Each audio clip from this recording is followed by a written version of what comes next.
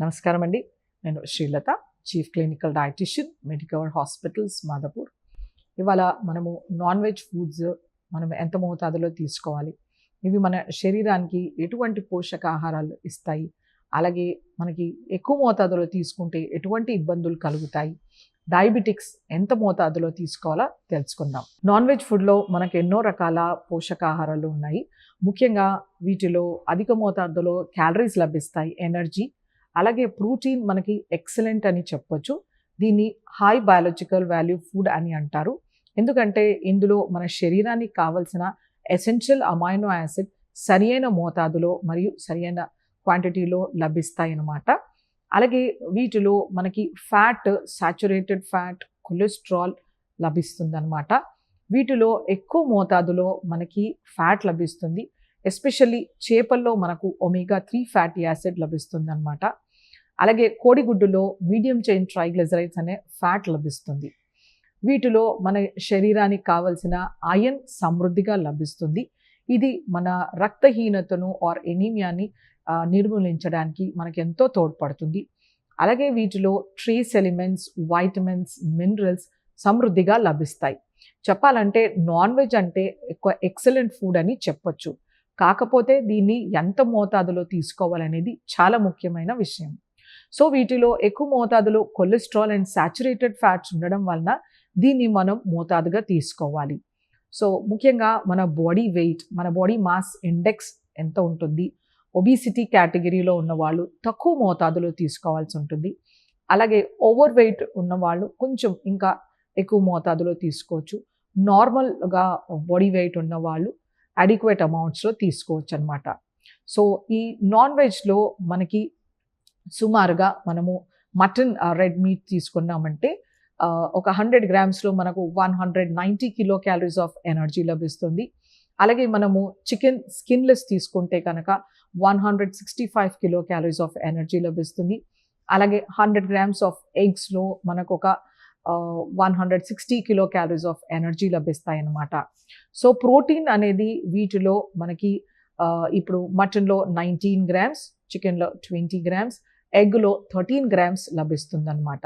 అంటే సుమారుగా ఒక యావరేజ్ ఎగ్ మనకు 80 to 85 kilo calories of energy, అలాగే 6.5 to 7 గ్రామ్స్ ఆఫ్ ప్రోటీన్ లభిస్తుంది.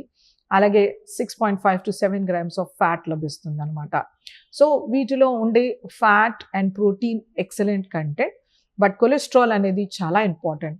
మనం ఒక యోక్ తీసుకుంటే కనుక ఒక యోక్లో మనకు 215 మిల్లీగ్రామ్స్ ఆఫ్ కొలెస్ట్రాల్ ఉంటుంది.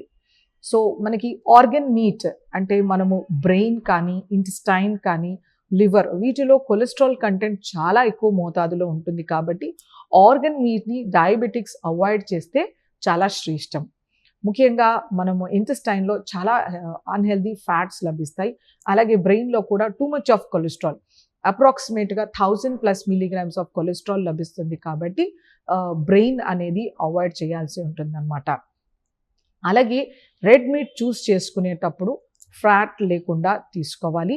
దీన్ని స్మాల్ క్వాంటిటీలో చాలా యంగ్ మీట్ ఏదైతే ఉంటుందో ఇయర్లింగ్ మీట్ అంటారు.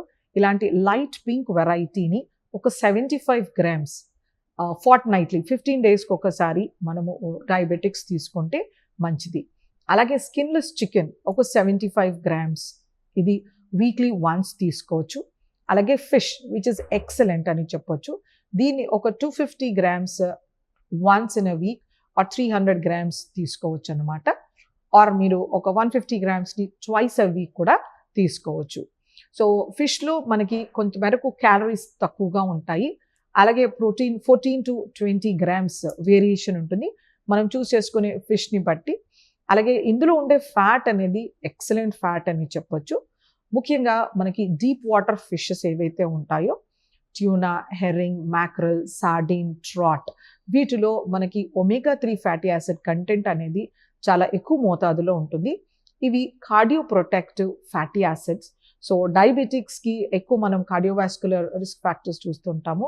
సో అందుచేతనే వీళ్ళకు ఒమేగా 3 ఫ్యాటీ యాసిడ్ అనేది which is an anti inflammatory, so excellent super food అని చెప్పొచ్చు అనమాట. ఎగ్స్ వారంలో కనీసం 3 నుంచి 4 తీసుకోవచ్చు. వీటిని బాయిల్డ్ ఫామ్లో తీసుకుంటే చాలా మంచిది. ఆమ్లెట్, బుర్జీ ఇలా చేయడం వలన వీటి క్యాలోరిఫిక్ వాల్యూ అనేది ఇంక్రీజ్ అవుతుంది. సో ఒబీస్గా ఉన్న వాళ్ళు కానీ నార్మల్ వెయిట్ కానీ 3 to 4 ఎగ్స్ తీసుకోవచ్చు. ఎక్కువ మోతాదులో తీసుకోవాల్సి వచ్చినప్పుడు ఎగ్ వైట్స్ తీసుకోవచ్చు. వీటికి రెస్ట్రిక్షన్ అనేది ఉండదు. ఎగ్లో ఎవిడిన్ అనే ఒక యాంటీ న్యూట్రిషనల్ ఫ్యాక్టర్ ఉంటుంది కాబట్టి దీన్ని బాయిల్డ్ ఫామ్లో తీసుకుంటే ఈ యాంటీ న్యూట్రిషనల్ ఫ్యాక్టర్ డీనాచురేట్ అవుతుంది. రాగా తీసుకున్నప్పుడు ఎవిడిన్ అనేది ఉంటుంది కాబట్టి దీన్ని అవాయిడ్ చేయడం మంచిది. సో ఈ నాన్ వెజ్లో ఇన్ని రకాల వైటమిన్స్, మినరల్స్, తర్వాత మ్యాక్రోన్యూట్రియంట్స్ ఉన్నప్పుడు దీని ప్రిపరేషన్ అనేది చాలా important. How to make it healthy. So మనము ఎప్పుడైనా మటన్ కానీ చికెన్ తీసుకున్నప్పుడు వీటిలో ఫైబర్ ఉండదు. సో అందుచేతనే వీటిలో ఆకుకూరలు, కూరగాయల కాంబినేషన్లో తీసుకున్నప్పుడు దీంట్లో ఫైబర్ని మనం యాడ్ చేయొచ్చు. అలాగే తక్కువ మోతాదులో నూనె వేసి కుక్ చేసినప్పుడు వీటిలో మనకి తక్కువ క్యాలరీస్ కూడా లభిస్తాయి అన్నమాట.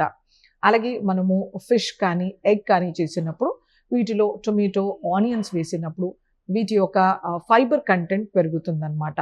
సో ఇలా మనము కొంత మేరకు వీటిని న్యూట్రిషన్ని ఇంకా ఎన్హాన్స్ చేయొచ్చు.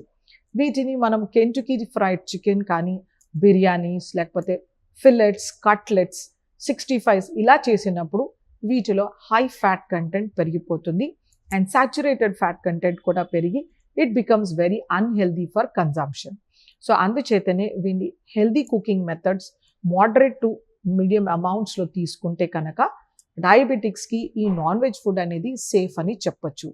అలాగే మనకి సీ ఫుడ్స్ అండ్ క్రస్టేషన్స్, పీతలు, రొయ్యలు వీటిల్లో కూడా మనకి ఎక్కువ మోతాదులో కొలెస్ట్రాల్ లభిస్తుంది కాబట్టి వీటిని మనము నో ఫుడ్ క్రింద చెప్పొచ్చు. లేకపోతే తక్కువ మోతాదులో మంత్లీ వన్స్ ఆర్ చాలా తక్కువ మోతాదులో ఎప్పుడో ఒకసారి తీసుకుంటే నష్టం లేదు. వీటిని కూడా హెల్దీ ప్రిపరేషన్లో తీసుకుంటే చాలా మంచిది. సో నాన్ వెజ్ లిమిటెడ్ అమౌంట్స్లో నేను చెప్పిన ఫ్రీక్వెన్సీలో హెల్దీ కుకింగ్ మెథడ్స్లో తీసుకున్నప్పుడు డయాబెటిక్స్కి ఇది ఎంతో healthy food. Unhealthy cooking practices వలన వీళ్ళకి ఒబిసిటీ కానీ, అన్కంట్రోల్ డయాబెటీస్ కానీ, కార్డియోవాస్కులర్ ప్రాబ్లమ్స్, ఎలివేటెడ్ లిపిడ్స్ వచ్చే ఛాన్సెస్ ఉంటాయి. సో అందుకనే హెల్దీ మెథడ్స్ ఫాలో చేసి నాన్ వెజ్ తీసుకోవచ్చు.